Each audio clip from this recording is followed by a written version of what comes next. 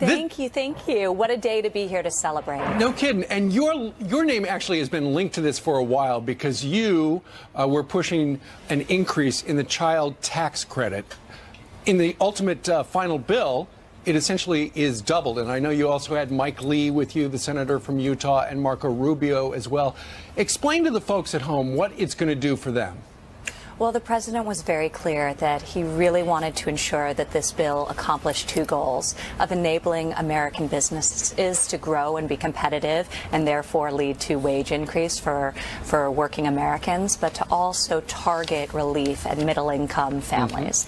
And the child tax credit is an incredible vehicle to do that. We all know the cost of raising children has gone up exponentially in this country, as until recently wages have stagnated. So raising children is very expensive, but it's the most important investment that we as a country can make in the future. This is the next generation of American workers, American entrepreneurs, and innovators. So the child tax credit was doubled. The refundability was expanded. Very importantly, the standard deduction, the standard for the average family, the standard deduction was actually doubled, which is enormously beneficial. The child independent tax care credit was maintained as part of the bill. The adoption credit was maintained. A lot of good stuff in there. Well, when you look at the things that were cut, the things that were cut were the loopholes that benefited lobbyists and the special interests. The things that were maintained or expanded were things like the child tax credit that would have such meaningful impact for everyday Americans. One of the things that was really so amazing to me in traveling across the country is just the sense of financial fragility most American families experience, even middle-income American families. The average American family can't come up with $400 in the event of an emergency. And my father is committed to changing that. This administration is committed to changing that. And what we're doing to encourage economic growth through deregulation is one of the mechanisms. But tax reform is an enormous vehicle to create the type of growth that will lend itself to prosperity for all Americans. And this is a historic milestone, a historic accomplishment. We're all incredibly excited. We've been working so closely with Congress and as an administration unified in achieving the president's goals.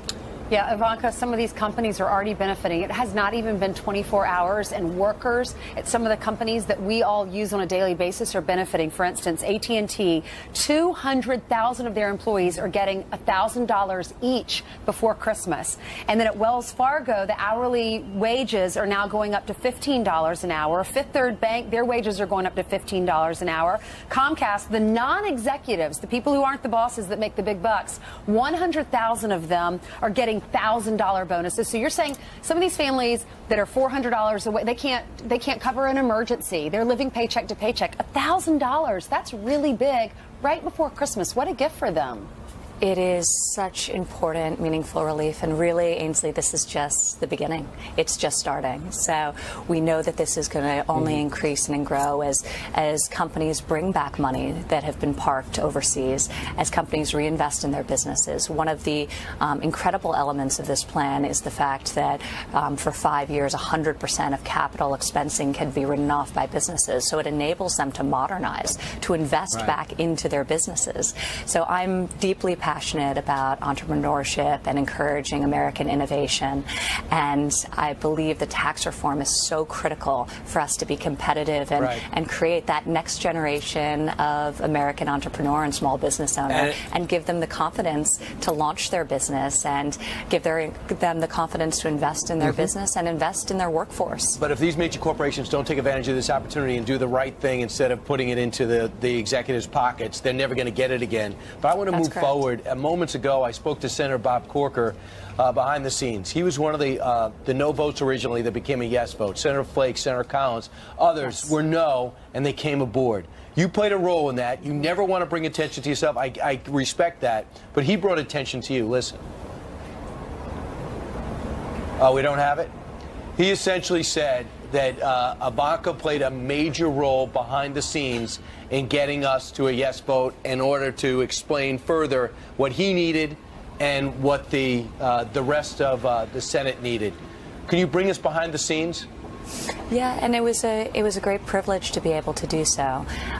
We worked incredibly well as a team. I think we've, over the course of the year, learned how to work as a collective and with a unified voice, and you saw that.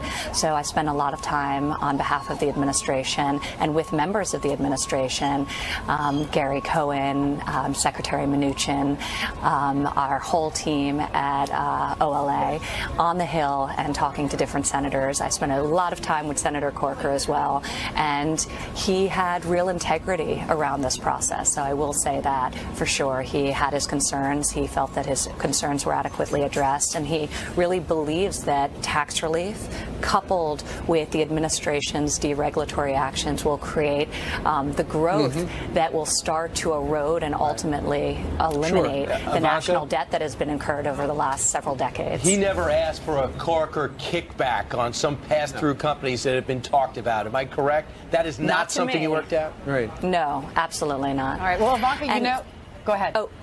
No, I will say that, leadership was really incredible in Congress. So I had the privilege of meeting many people for the first time and cementing relationships with many others. But whether it's Senator Scott, who you were talking about earlier, who was a true champion for working families, from the very first meeting I had with him, he was deeply passionate about all of the issues we discussed, doubling the standard deduction, the child tax credit, the child independent credit, the additional credit of $500 for those families who take care of adult dependents, and that is tremendous financial and emotional burden on so many Americans. So Senator Scott was incredible. Chairman Brady was incredible. Really, it was very nice to work as a collective towards a unified Yeah, I'm sure vision. yesterday was a special day in the White House. You know what happens when you do a good job at your job? Your dad's going to be gassing up the airplane and sending you all over the country for for future legislation. Congratulations. It is my greatest pleasure, and I'm really looking forward to doing a lot of traveling in April when people realize the effect that this has, both on the process of filling out their taxes. The vast majority will be doing so on a single postcard, but also having experienced the relief that will be starting as early as February. So then it will be a real privilege to show not only what the companies are doing, but the personal impact that it's going to have to so many people across this country. And if that's the case, we're so happy for the little guys, the ones that really deserve to have that extra $1,000 in their pocket or whatever it may be. 100%. All right. Thank you. Ivanka, thanks for joining us from the North Lawn. Thank you, and Merry Christmas to you. Merry Happy Christmas. holidays. To you too. And, Happy Hanukkah, Merry Christmas. Happy New Year. Yeah. A great way to celebrate. Indeed. More money in our pocket. All right. Thank you very much.